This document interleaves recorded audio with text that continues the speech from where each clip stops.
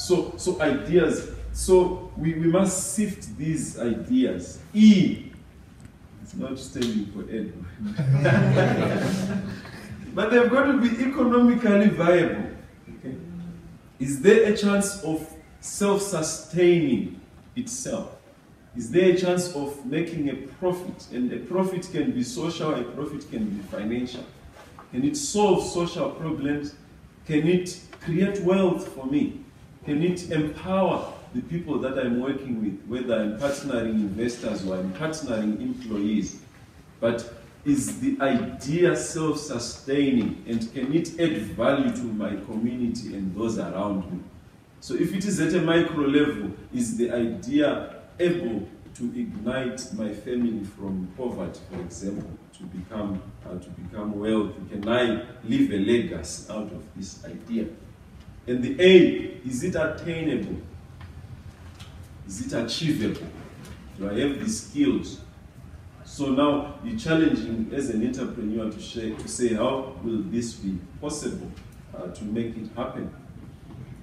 And then S, is it scalable? When we talk of scalability of ideas, we're actually talking about an idea that we are saying, fine, we have run it as a small project, we've run it as a pilot program, but does it have the potential to then say, I've tested it? Now, it can just get a little bit more of resources and grow into a national, or to have a national market or an international market. Can it grow exponentially with as little introduction of new resources as possible? That's a scalable idea. In other words, we must be able to create a system for making money, or a system for achieving the kind of goals that you want to achieve, whether you're a social entrepreneur or you are a commercial entrepreneur. So at the end of the day, is your idea scalable? And my proposal is, in Zimbabwe, we must stop putting labels on the kind of empowerment or tools that we are using for Ignite, to try and ignite the economy. Money for women, money for the youth, money for the disabled, money for those under 35. I'm saying, let's fund ideas. Let's look at the quality of ideas. If the best ideas are all coming from women, let's fund the ideas. Then we'll have more women in business. If the best ideas are coming from the young people, then let's fund the best of ideas. And that way, we will be able to get the mileage that we want. Welcome, Mr. Umbese. I was actually complaining to say, even if he's on leave, he's supposed to be there. Thank you for coming. So it's because, look, the pain for me, I think, as Mr. Mtisi said, ladies and gentlemen, we have been pointing fingers at government and politicians for a very, very long time. But personally, I think the biggest enemy that we have is the quality of entrepreneurial spirit that we actually have in Zimbabwe. Because since ISA in the early 80s, you know, the Economic Structural Adjustment Program, government retrenched and so forth, and it gave money through the Social Dimensions Fund. It gave money to retrenched workers, and trying to empower them. And ever since, there has been empowerment fund after empowerment fund. Whether through the Reserve Bank, whether through the SEDCO, through other donors that even were not government, through Old Mutual, through CABS, there has been fund after fund after fund. And those resources, some have come as pure loans and investments. Just end of 2016, by the end of that year, the government had taken over $850 million in non-performing loans. Those are loans, those are funds that were supposed to go into businesses, fund ideas, fund companies, to produce, to create employment. We've had interventions in agriculture, ASPEF, Bakosi. All those were funds that were going out to try and empower. And so I think it's not an issue of us saying, I'm always saying it's not a capital issue, it's not a lack of funding issue. It's a lack of the right model that we are using to try and have all these economic activities taking place. That's where my point comes in, that now we must begin to pilot with my business incubation programs that are properly structured, that can properly manage, are partnered, shakanaka, strategical. That's part of my dream in trying to turn the negatives that we have into positives. If you look at the bottom, right at the bottom there, like Zimrat, we've started an organization as part of the passion and the efforts that we've been trying to make. I think we've been discussing the likes of Mr. McCoy here to say, look, we have retrenchees, people who have experience from different companies, a wealth of experience and knowledge, skill. But they're out there. Yet there were millions of dollars poured into their training and into them becoming what they were as skilled people. We have unemployed graduates, so Zimran is just Zimbabwe retrenchees and unemployed graduates as an association. We have unemployed graduates, years and years of resources put into them. But as you are saying, there are no jobs. If we go right around our industries, if we look at our pavements in town, and council is torn between saying people who have formal businesses who are paying licenses and so forth. We say, look, why are you leaving people in the streets? But at the end of the day, you can't go out and take dogs and baton sticks and say, move out of the streets. Where do they go? So we've got to then be able to say, how can we have a sustainable model to find solutions to some of these problems? How can we partner and harvest from all these people? Because these people, the people, the bottom, the two there, we are saying these people have three options where we can place them if we properly look at what we need to do. It's either we must create formal jobs for them. If we conduct an interview, 99% of the people are on the street, no one wants to be there. But they have to find an alternative to feed the family after losing a job or after not getting a job. And the next best thing is, and they're like, I'm going to say,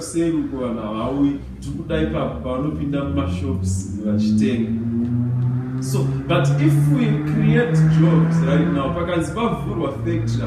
just yesterday I passed through by MSU, I understand why it was construction. The gate was packed.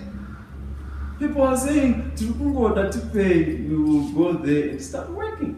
So it's the same. If we go there and we have a factory that's opening, I can promise you, you will find there will be a reduced activity during that time, even in those pavements. So people are looking for the viable options for income. So if we've got to create formal employment. And on the far right, it's self-employment, which is what they are currently actually doing. But there is another level of self-employment where you can now say, can we scale? Do they have an idea which is scalable to the next level of saying, all right, I supply our because manage change and that's right to my vegetables and to supplying others. But for me, in this, as we try and refine this idea, we've got to find a business incubation model. Partner my university, partner my local authorities, partner funding partners like the government, financial institutions. Like me as a refugee, I believe NASA owes me a safety net. Zimra owes me a safety net, or the government rather owes me a safety net. And the pension funds that I contributed to owe me a safety net. And part of that must then come to fund a special fund. I'm calling it Catapult Africa, to say we want to catapult this nation and this continent to another level. But we can't do it if we are not producing the right type of entrepreneurs, the Strive Masiwas of this world and the Mark Zuckerbergs of this world. And I'm glad that K-Kick is here. K-Kick Universe is here to show us that there are young people with a dream to challenge what's happening globally, not restricted by our environment.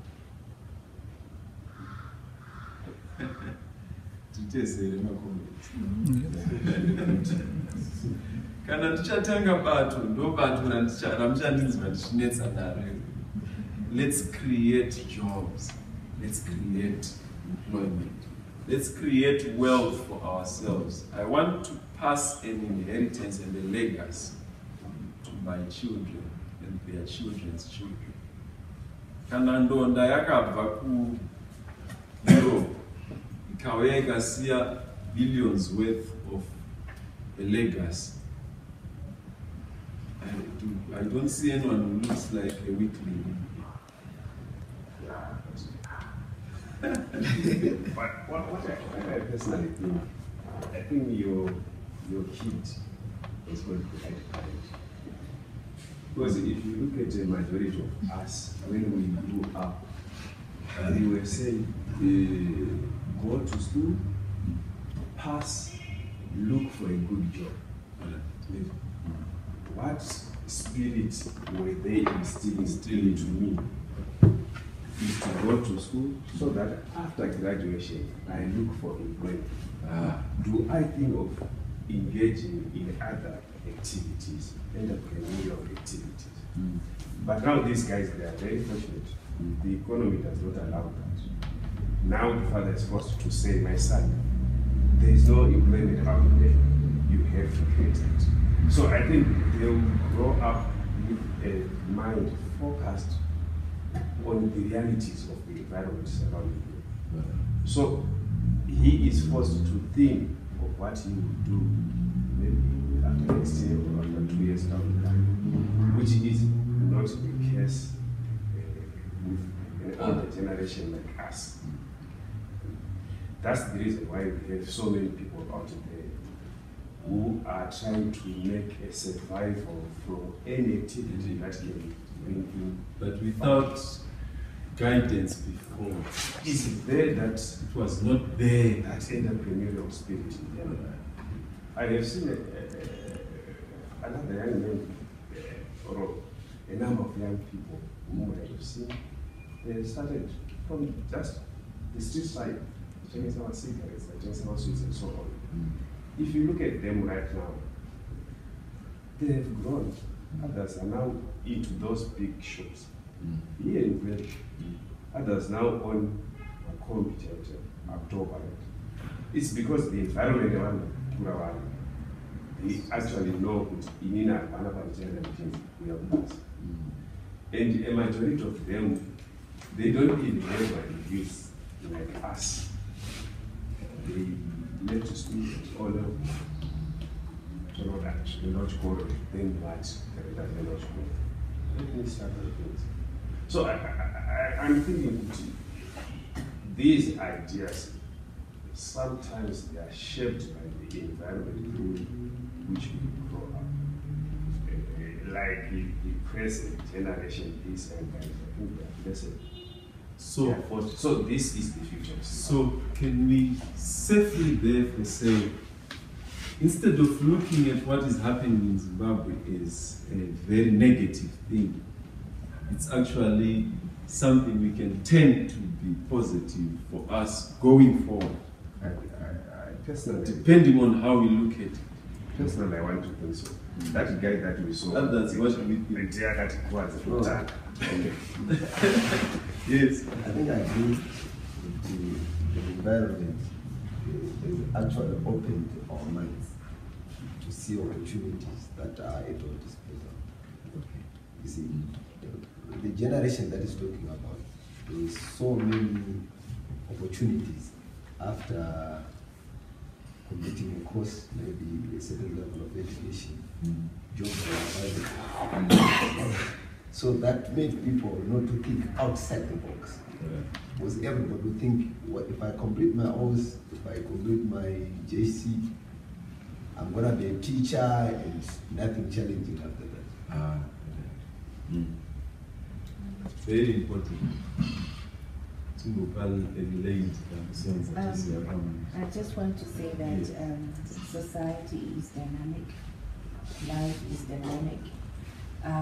We shouldn't condemn the teaching that we got from our parents, because in every age, every time that people have lived, people always use the best knowledge that they have at the time. So if you look at our parents, there were people who had been confined in the African lands, the rural areas, and education, getting their sub-A, their Form 2 was that thing, and getting a profession. So we can see that this knowledge is building up. We are now getting to the level where we are now telling our children of entrepreneurship. And it's not as if that entrepreneurship was not there. I remember my own mother telling me that her mom, my grandmother, would sell groundnuts in Shishavani to raise her school fees while she was sleeping behind her mother. These things have always been happening. There's nothing new in the world.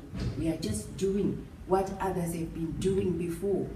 So what we need is to cultivate a mindset that is sharper, that can see the opportunities in the present time now for us to move forward. There will always be challenges.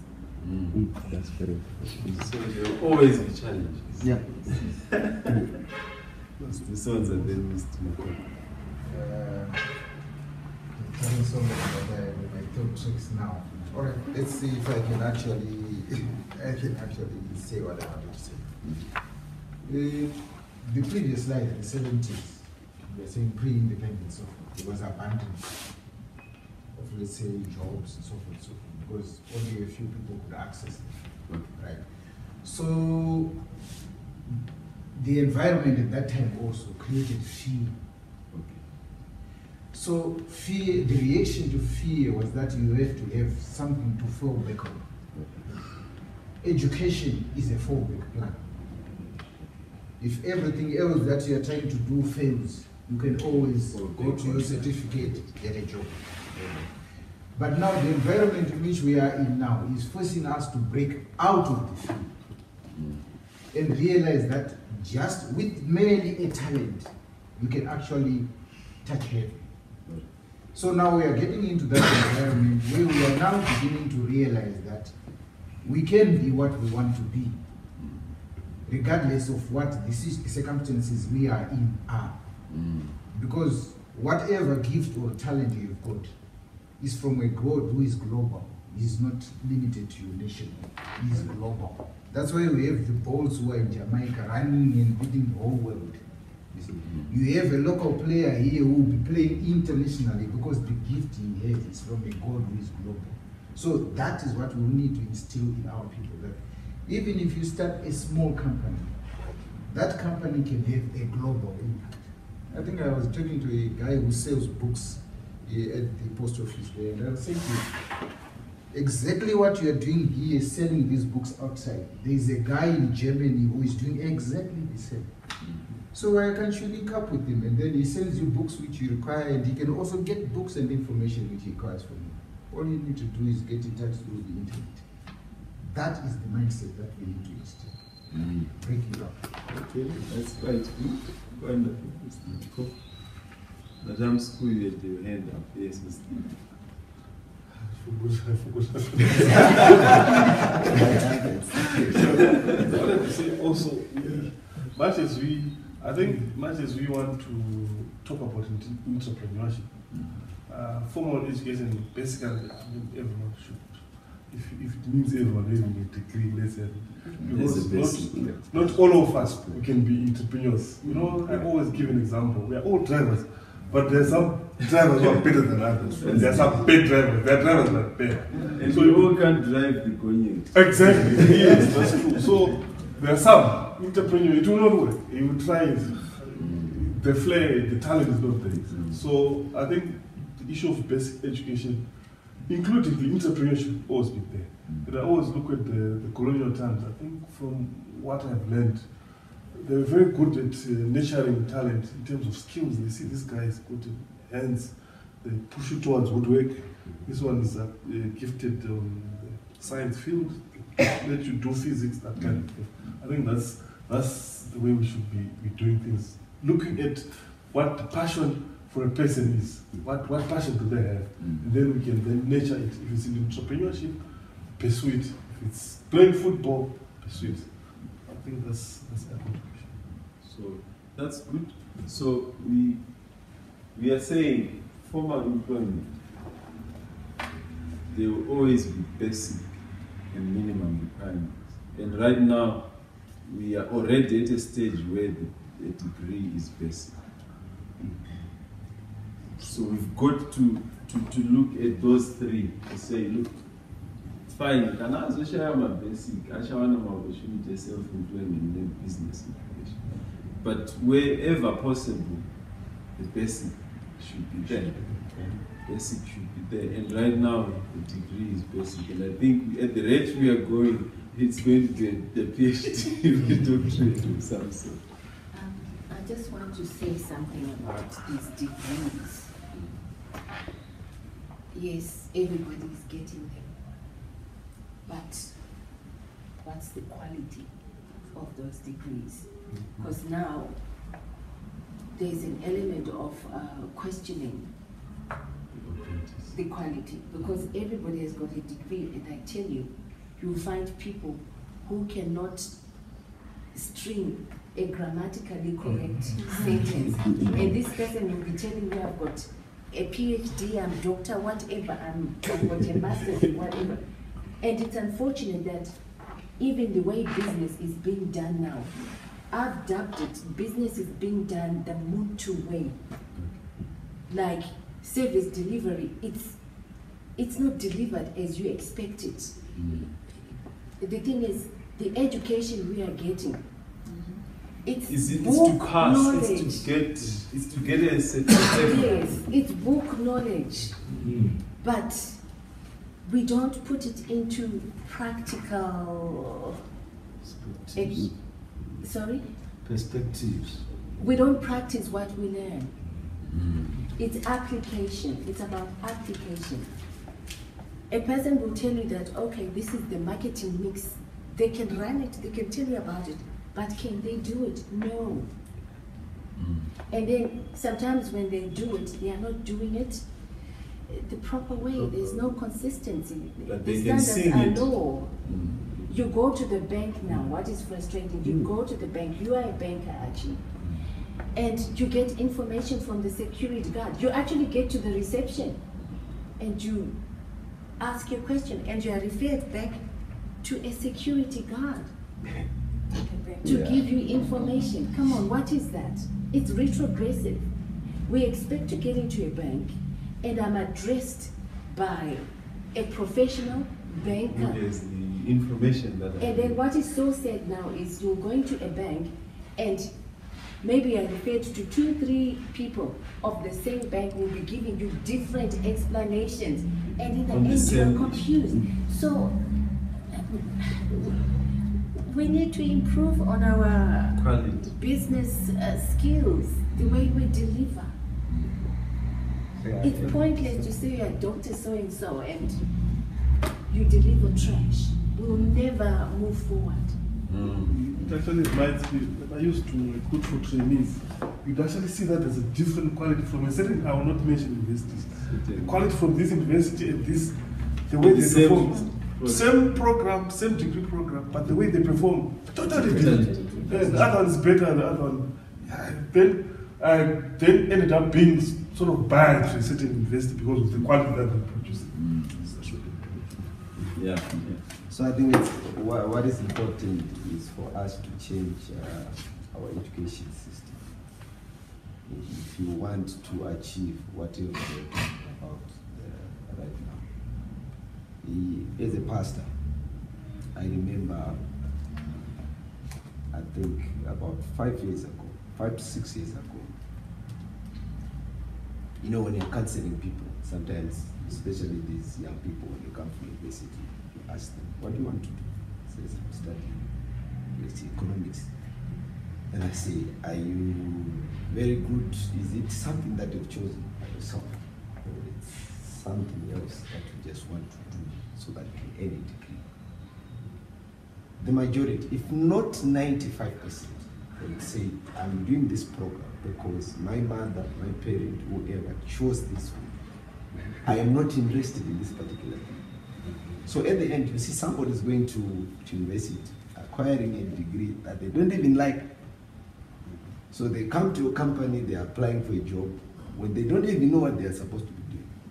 And I suppose after 2-3 years, they've forgotten most of the stuff because they are not interested. So I think what we need to do is to change probably our education system. It must balance up the academics and those of talents and gifts. I saw a clip in one of these countries, it should be Hong Kong, where they begin to, they develop what I call a total person. From kindergarten, look at the potential, the strength of the child. Almost every 2 years, they are screened and they are put according to their abilities. If they are good in sport, you see they'll go to universities that are very good there, they're good in technical things and all that stuff. And at the end of the day, you find these people, their kids, everybody else with something else to do. You go to Holland, even their provinces, it's according to what you find there.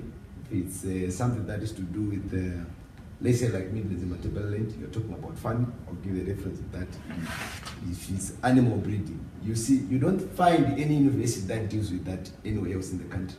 You must know that if you come to Midlands, somebody is doing something of that nature. If it's culture, they've got different places like that.